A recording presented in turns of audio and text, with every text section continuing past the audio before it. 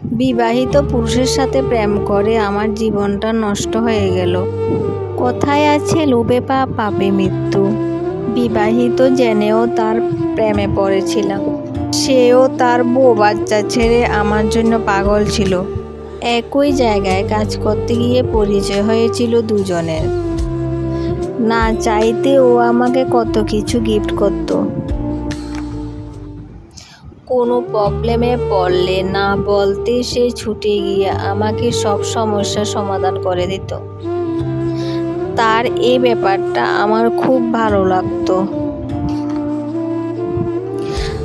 আমি তার এসব পাগলামিকে ভালোবাসা ভাবতাম। তাতে আমার অহংকার কাজ করতো ভেতরে।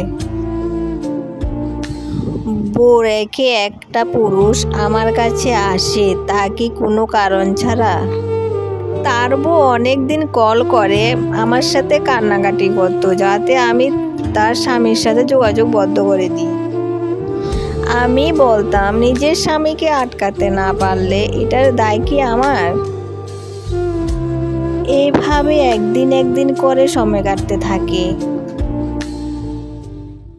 দামি মোবাইল, সব ভালো ভালো জামা কাপড়, সব না চাইতেও আমাকে এনে দিত। এমনকি বিভিন্ন জায়গায় ঘুরতে নিয়ে যাওয়া থেকে শুরু থেকে রাতে দামি রেস্টুরেন্টে খাওয়ানো সবই করত। একদিন দেখা করার পর বলল, আর কত বাইরে ঘুরবে, চলো এবার রুমে ডেট করি। আমি মনে মনে তার স্পর্শ চাইতাম, তাই রাজি হয়ে যাই। রুমে স্বামী স্ত্রীর মতো নিয়ে উঠে সে স্বামীর মতনই দখল নিলে আমার শরীরে। তার স্ত্রী একদিন আমাদের ঘনিষ্ঠ মুহূর্তের ছবি ফোনে দেখে আমাকে কল দেয়। ও আমাকে জিজ্ঞেস করতে আমি ইচ্ছে করে বলি, যা করেছি বেশ করেছি। তুমি তোমার স্বামীকে শান্তি দিতে পারো না বলে ও আমার কাছে আসে। সেদিন ওই মহিলাটা আমার কাছে অনেক কেঁদেছিল। আমি তখন তার যন্ত্রণাটা বুঝিনি। তারপর তাদের ডিভোর্স হয়ে যায়।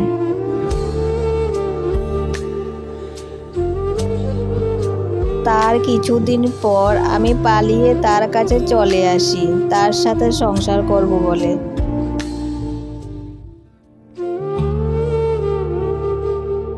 কিন্তু সে হঠাৎ করে এতটাই বদলে যাবে আমি কখনো ভাবতে পারিনি।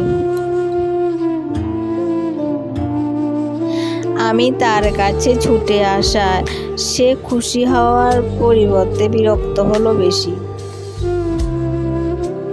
রাতে তার বাড়িতে না গিয়ে হোটেলে রাত কাটালাম।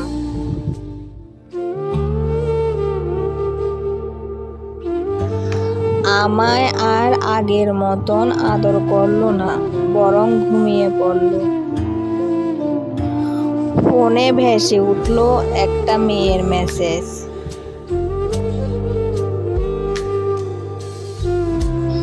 মেসেজে লেখা ছিল, কি গো, বউ তো বিদায় হয়েছে, এবার কবে আমায় বিয়ে করবে?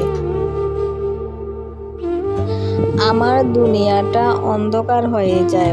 পরের দিনে আমি বাড়ি ফিরে আসি। মা বাবার পায়ে ধরে ক্ষমা চাই। হাজার হোক সন্তান তো, তাই ক্ষমা করে দে। তার 1 মাস পরে বুঝতে পারি আমার শারীরিক পরিবর্তন হচ্ছে। পরে টেস্ট করে জানতে পারি আমি প্রেগনেন্ট। এক বোনের জীবনের গল্প আপনাদের শোনালাম।